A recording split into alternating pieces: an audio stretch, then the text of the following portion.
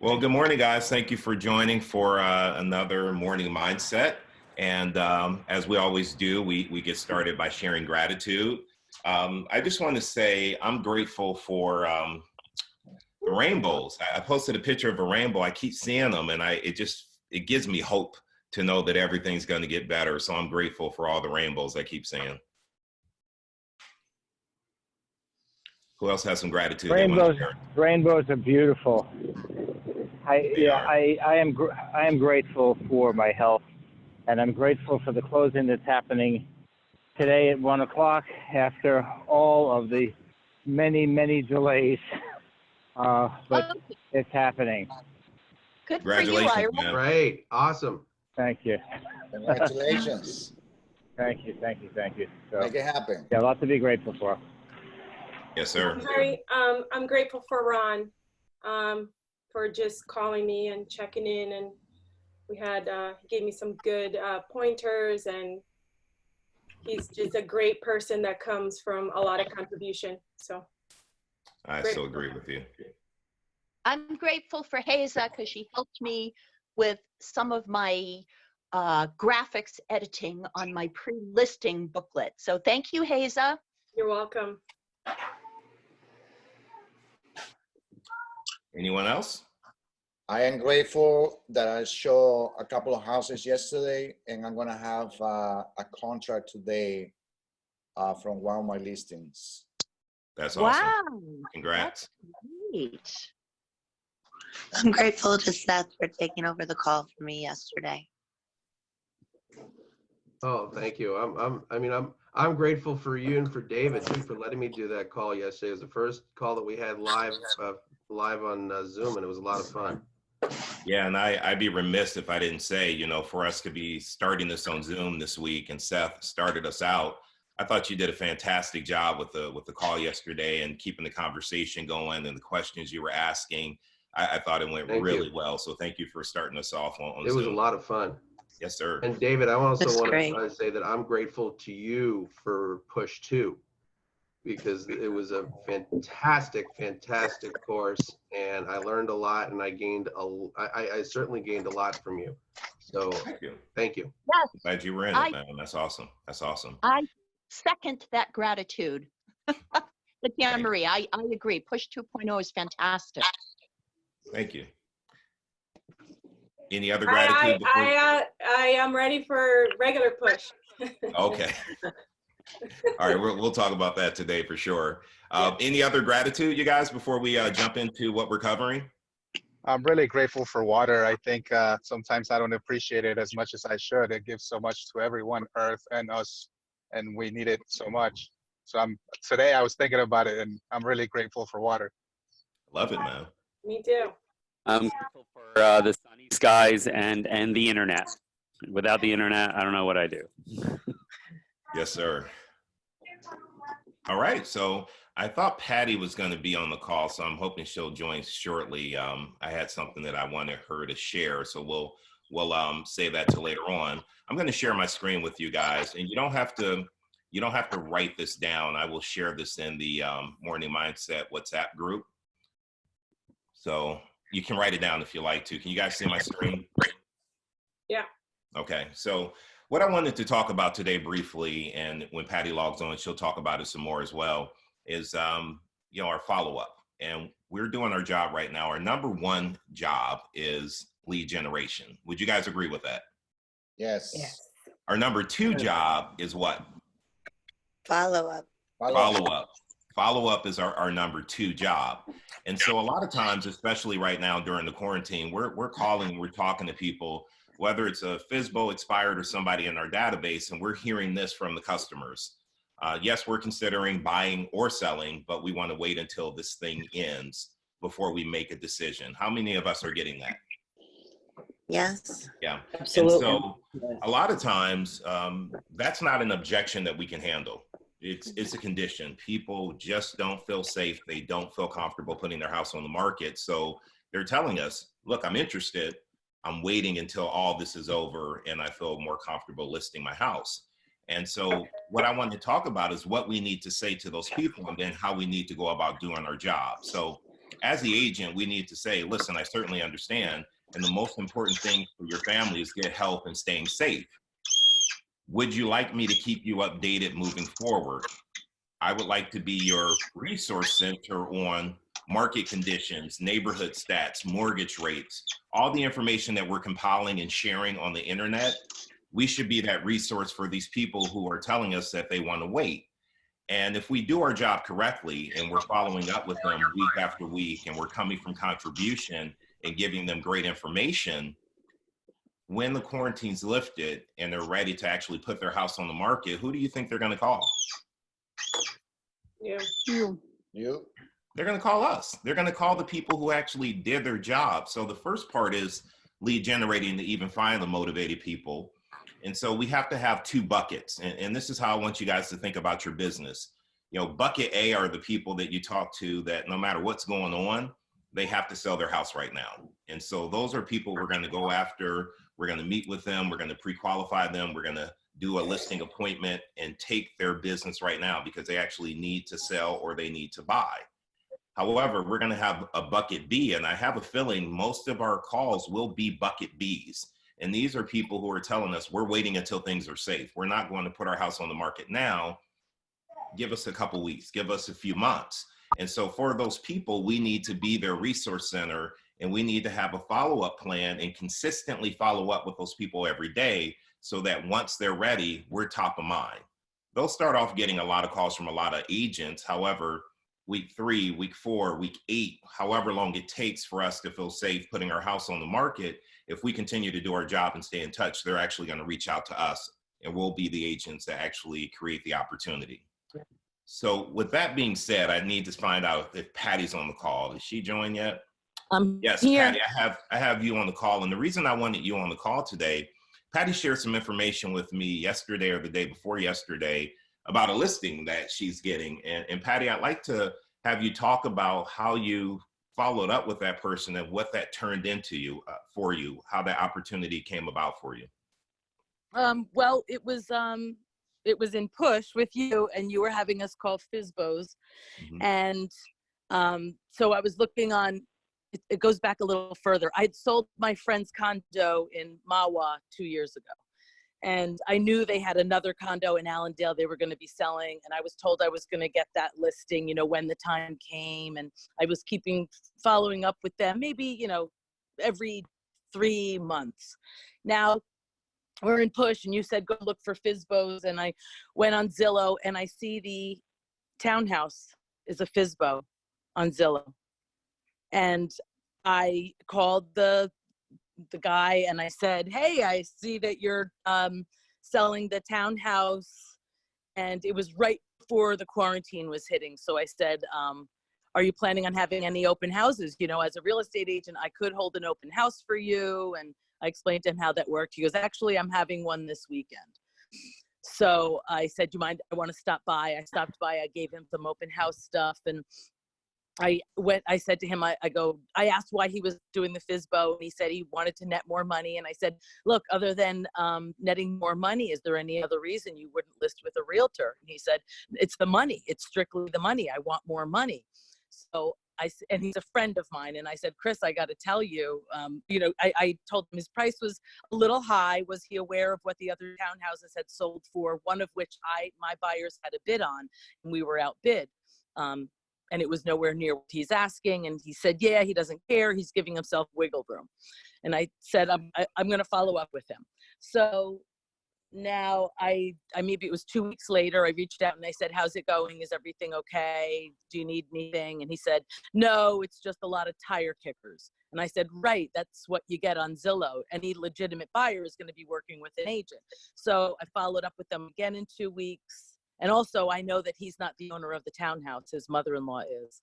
So I went a step further. Like I always go a step further when I call, because I check the tax records to make sure the person that I'm talking to is actually the owner. Mm-hmm. So even if it's after the first Fizbo call, like now I'm checking up once I talk to somebody. So I called the mother-in-law, and she said, yeah, I can't believe he's doing this. He insisted on trying to sell it himself. So were thinking about it. So I stayed in touch with everybody, just seeing how they were doing through the coronavirus. Do you need anything? Hey, do you know what we're doing now? We're starting to do virtual tours. Are you thinking about, keeping it on Zillow, or would you consider listing it with me? And they said, it's just too crazy right now. We just don't know what to do with this virus. And that's when I gave a little bit more push. And I said, I know what to do during this virus. I do know what to do. And we are selling houses. I just closed 2 last week. So we are still able to do business. You have to work with somebody that knows how to do business right now. That was last week. This week, the mother-in-law called me and she goes, we have a problem. Another agent sent my son-in-law and daughter a letter saying that she's going to do all these great things to list the townhouse. And we're in a pickle because this girl's offering a lot of great stuff. And I'm like, okay, can you tell me what the great stuff is? So basically, the real estate agent's letter said, I usually charge 6%, but I'm willing to charge you 5%.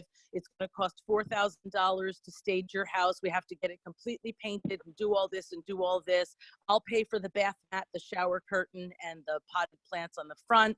But I could get your house sold, and I'm going to do a 3D virtual tour. So I said to my friend Dorothy, I'm like, basically, it's like how people write resumes. It's a lot of fluff, but it's the same thing everybody else does.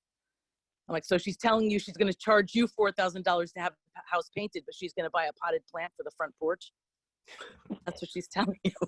So she said, you're right. And I gave the homeowner, the mom, a lot more information, a lot of the things that you told us and pushed the verbiage to use for Fizbos. And she said, I had to use the stock market thing. She's like, but my son-in-law paid high for that other condo and sold low. I go, right, but it's like stocks. You bought it at $300 a share and now it's only worth $200. How much are you going to sell it for? And she said, oh, $200. I go, right. So long story short, the next day, yesterday, she sent me a text in the morning saying, I've talked to everybody. We're tired of this. We'd like you to list the townhouse on May 1st. I'll give you the key. Do whatever it is you have to do for photography and whatever.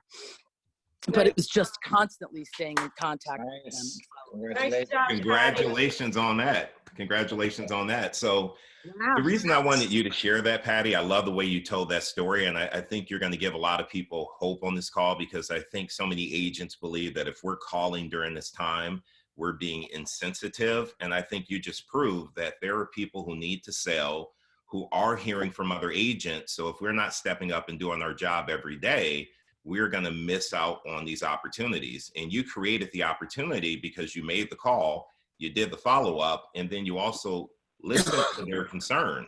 And their concern was the money they're going to make on the sale of their home, but also how to navigate through the virus. And you have a plan for that, and you shared that with them. And then they called you back and you created the opportunity for yourself. So I think that's fantastic. Thank you. It was all, I credit you, because I would never have pushed for a listing during coronavirus. I would have just waited till people were more comfortable, but I'm seeing that it can be done. And if I hadn't been consistent with the follow-up, that other agent would have gotten the listing. That's correct. That's correct. And here's the thing, you did push for it and they were ready. However, if they weren't ready, you have proven that you still would have done your job, which is the consistent follow-up. How can I help? What do you need? Allow me to be your resource center. Let me send you updates on what's happening in the market. You would still continue to do all those things until they were ready. And that's what I think we all need to wrap our head around. We have to have bucket A for the people who want to do it now, and bucket B for the people who are waiting, and consistently follow up with both. And we're going to be moving some people from bucket A to bucket B and some people from bucket B to bucket A. But that's just what we need to be doing every day in order to find opportunity. There are people buying and selling. There are less of them. So we just have to do more to find them. So yeah, thanks again for sharing that, Patti. You guys have any questions for Patti on what she did? I do. It's Orlean. Hi, Patti. I was curious. Hi. I'm so glad you got the listing. So did you send what you were going to be able to do? I mean, because I'm hearing it that you're a friend, and sometimes with friends, I haven't sent everything that I would do. And then afterwards, it's like, oh, but this agent said, and I'm like, well, I gave you that. And they were like, no, I didn't get it. And I'm like, oh my God. I didn't put them on the same follow-up system with sending that pre-listing packet because they were a friend. So I'm curious, did you send that information of what you were going to do or not? No, I did not, but It's the same thing I did. I didn't send, I didn't send them paper. I sent them stuff in texts. Like they were, like it was conversational. Right. So I was saying to them like what I would do, but the one thing I do want to point out is last week I talked to them and they were like, no, not doing it. Nope, nope, nope, nope, nope. And 1 week later with one little follow-up text me saying, hey, just checking in on you guys. How are things going with the townhouse? I see that it's on for 50 something days. That's when they were like, yeah, you know what? We think we're ready to, we have to talk to you. We have to, and that was when the other agent sent something. So if I had figured, oh, I'll call them once a month. If I checked in on them once a month, I probably would have missed that, 3 to 4 week gap where that other agent sent the letter and they were thinking, oh, maybe this is the girl to go with. Exactly. So, I see yeah, no, I saying, think it's great right. that I think it's great that you got it. And I think it was a mistake that I had made that I didn't send the same information to a stranger that to a friend that I would have sent to a stranger. Yep. Yeah, I think it's a solid point, Arlene, and for all of you on the call. One thing we have to keep in mind is, number one, we can't be a secret agent, and we have to treat our friends and family just like we treat the potential clients that are out there. They need to be on their mailing list. They need to be in campaigns. They need to have our app so they can look at property. And when we have an opportunity to list their property, we can't do shortcuts. We have to go and do everything soup to nuts and treat it like it's our job. And we shouldn't be expecting the deal just because we have a relationship. We want to go in and earn it and show them they should be choosing us because of what we do and how we sell properties and what we net for our sellers. So we just have to treat everyone the same and make sure that we don't skip any steps, no matter who they are. Even if it's your mother, like just send the pre-listing packet, do everything and be consistent. What's up, Hazel? I just want to I have a question for Patti, but I just wanted to make a comment for Anne-Marie. Does this conversation sound familiar, Anne-Marie? It does indeed. It does indeed, Hazel. This is exactly what we were talking about yesterday. Wow. Exactly. Not being a secret agent. But Patti, my question to you is this. You were communicating with the son-in-law, you said you knew him. Did you know the mother-in-law? And if you did, mother-in-law, yeah, the mother-in-law is actually one of my best friends. I babysat for this. My friend Dorothy owns the townhouse, and I've babysat for her daughter Elizabeth since Elizabeth was born. Elizabeth is now about 34, married to this guy Chris, and they're the two that are down here. Dorothy is way up north in New York, so she's not around to sell the place. So they just said, forget it, we're doing a Fizbo, we're doing it ourselves. So although Chris needed to feel like he was in charge, I know Dorothy is actually the owner and the decision maker. Okay, so that was going to be my question. If you didn't know the mother-in-law and you looked her up, my question would have been, would you have to then ask permission to the son-in-law to say, hey, can I talk to your mother-in-law? I think that's, I get, like, if, I don't know. I don't know that anyone, I don't know. Because I'm hearing your story and I'm in a similar kind of situation, but I don't know the people. I don't know. I have to get to one step further. I'm talking to someone who does not own it. I want to get to the owner. And I'm having that drunk monkey because I feel like I need to ask permission. Hey, can I talk to the owner of, you know what I'm saying? But is that the only way you're going to get the phone number, or do you have the method to get the phone number without asking them for the number? I mean, I can do some detective work and find a number. And then I would ask, say, listen, I want to be able to do it with all three of us, since we know who since I know you're not the owner, you really should be having this conversation with all three of us. Do a three-way call and say, I'd be happy to do it on a three-way call. Right. And I think, every time I do ask permission, I keep getting the pushback. Well, they already know you. I already talked to them about you. When they're ready, they'll reach out. So that's the, I can totally is that a appreciate condition that. or a pushback? I don't, I don't know. I could totally appreciate that, but in honesty, you know how the telephone game works. So therefore, if you don't mind, I really need to talk to her directly, whoever it is directly, because I want to make sure that they understand and I know what their fears and objections are as well. So if you don't mind, I know from the past this works better.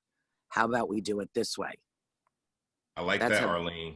And Hazel, you have to understand that you may have a drunk monkey about contacting the owner. There are other people who don't. And so you may miss out on that opportunity if you don't take more drastic measures to get in front of the decision maker. So I would try what Arlene's saying. However, if you want the opportunity, I would reach out to the seller. Because if you don't, someone else will. Yes, 100%. Exactly. All right, so we're past 9 o'clock. We're right at 9:06. I appreciate the discussion. Patti, congratulations and Yes, thank Patti. you. I think that's fantastic. And so thank you for sharing your story. I think you gave people a lot of inspiration to get on the phone today and make calls and continue to do their follow-up.